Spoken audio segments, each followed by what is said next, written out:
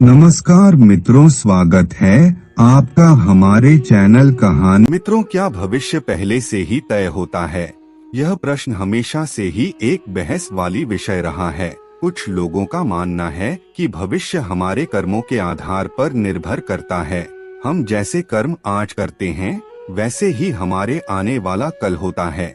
जबकि कुछ ऐसे लोग ऐसे भी हैं जो यह मानते हैं कि हमारा भविष्य हमारे भाग्य के ऊपर निर्भर करता है। तो दोस्तों, आज हम आपको इस वीडियो के माध्यम से इसे के बारे में जानकारी देने का प्रयत्न करेंगे कि आखिर मनुष्य का भाग्य कैसे लिखा जाता है। तो आप हमारे इस वीडियो में अंत तक जरूर बने रहे। आइए सब मिलकर जानते हैं। दोस्तों, आकाशवाणी हुई थी कि देवकी का 8वां पुत्र कंस का वध करेगा। तब कंस ने सोचा कि 8वां पुत्र मेरा वध तो तब करेगा जब मैं उसे उत्पन्न होने दूंगा। इस सोच के साथ कंस देवकी के पुत्र के जन्म होते ही उन्हें मारता चला गया। लेकिन जब देवकी के 8वें पुत्र की बारी आई तो न सिर्फ उसमें जन्म लिया बल्कि उसने यानी भगवान श्री कृष्ण ने कंस का वध भी किया। ऐसा इसलिए हुआ क्योंकि कंस का भविष्य पहले से ही निर्धारित था। कंस की मृत्यु कब होगी, कैसे होगी और किसके हाथों होगी, यह उसके जन्म से पहले ही निर्धारित किया जा चुका था। सिर्फ कंस ही नहीं बल्कि संसार में जन्म लेने वाले हर एक मनुष्य का भाग्य पहले से ही निर्धारित होता है। मनुष्य कब जन्म लेगा, उसके साथ क्या क्या होगा, वह किस परेशानी से गुजरेगा और कब उसकी मृत्यु होगी, ये सब विधि का विधान है जिसे चाह कर भी कोई बदल नहीं सकता। इसी तरह कंस के अलावा हिंदू धर्म में अनेक पौराणिक कथाओं और ग्रंथों में पहले से ही भाग्य लिखे होने के कई प्रमाण देखने को मिलते हैं। जैसे यह पहले से ही निर्धारित था कि भगवान राम, माता सीता और लक्ष्मण को वनवास यात्रा पर जाना पड़ेगा, क्योंकि यह वनवास के पीछे का उद्देश्य भगवान राम के हाथों रावण का वध होना था। अगर कैकेयी मंथरा के बहकावे में ना आई होती तो न भरत को सिंहासन मिलता और न ही भगवान राम पत्नी सीता और उनके छोटे भाई लक्ष्मण के साथ वह वनवास पर जाते हैं। और आप भी एक बार इसे सोच कर देखिए, ऐसा नहीं हुआ होता तो क्या भगवान राम के हाथों लंकापति रावण का वध होता? मित्रों, इसे आप ऐसा समझ सकते हैं कि संसार एक तरह नाटक के समान है जिसकी पटकथा भगवान पहले ही निर्धारित कर चुके हैं।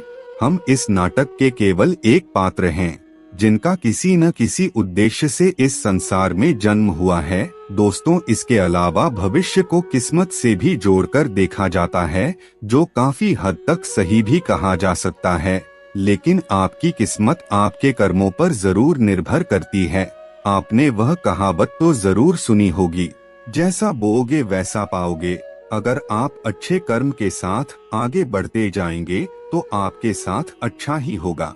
लेकिन अगर आपने अपने जीवन में हमेशा गलत ही किया है तो आपकी किस्मत भी बुरी ही होगी, यानी आपका आने वाला भविष्य आपके कर्मों की तरह बुरा ही होगा। क्योंकि जिसने जीवन भर बबूल के पेड़ की तरह बुरे कर्म किए हैं तो उसे आम के अच्छे फल कैसे मिल सकते हैं।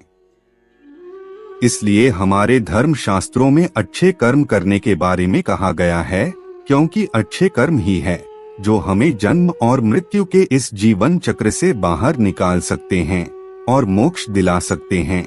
वरना बुरे कर्म करने वाले लोगों को भगवान के चरणों में भी जगह नहीं मिलता। यही नहीं, तुलसीदास जी ने अपने एक चौपाई में लिखा है कि कर्म ही प्रधान है, जो जिस तरह के कर्म करता है उसे ठीक उसी प्रकार फल मिलता है। दोस्तों, जब अर्जुन के हाथों कर्ण की मृत्यु हुई थी तब अर्जुन ने कहा था कि वासुदेव, मेरे हाथ कांप रहे थे। तब आपने समझाया था कि मैं एक सदात्मा को उसके भार से मुक्त कर रहा हूँ। लेकिन ये क्या, आपने तो मेरे मस्तक पर अब अपने ही ज्येष्ठ की हत्या का कलंक लगा दिया।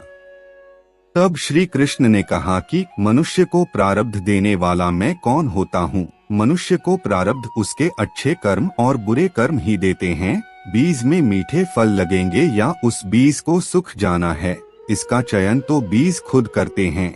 आगे श्री कृष्ण ने कहा कि पार्थ, तुमने धर्म का साथ देना चुना, और कर्ण ने अधर्म का साथ देना। ऐसे में मैं क्या करता, तुमने अन्याय के विरोध में वस्त्र उठाया, लेकिन अंगराज सब जानते हुए भी मौन रहे। मैंने कई बार विकल्प चुनने का मौका भी दिया, लेकिन उन्होंने हर बार दुर्योधन और उसके मित्रता का चयन किया। ऐसे में बताओ मैं क्या करता।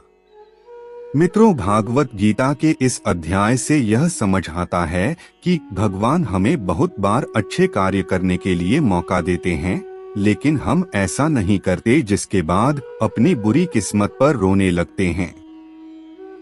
तो मित्रों, हम अंत में यही कहेंगे कि इंसान जैसा कर्म करता है वैसा ही फल पाता है। इसीलिए आप अच्छे कर्म करें और अच्छा फल प्राप्त करें।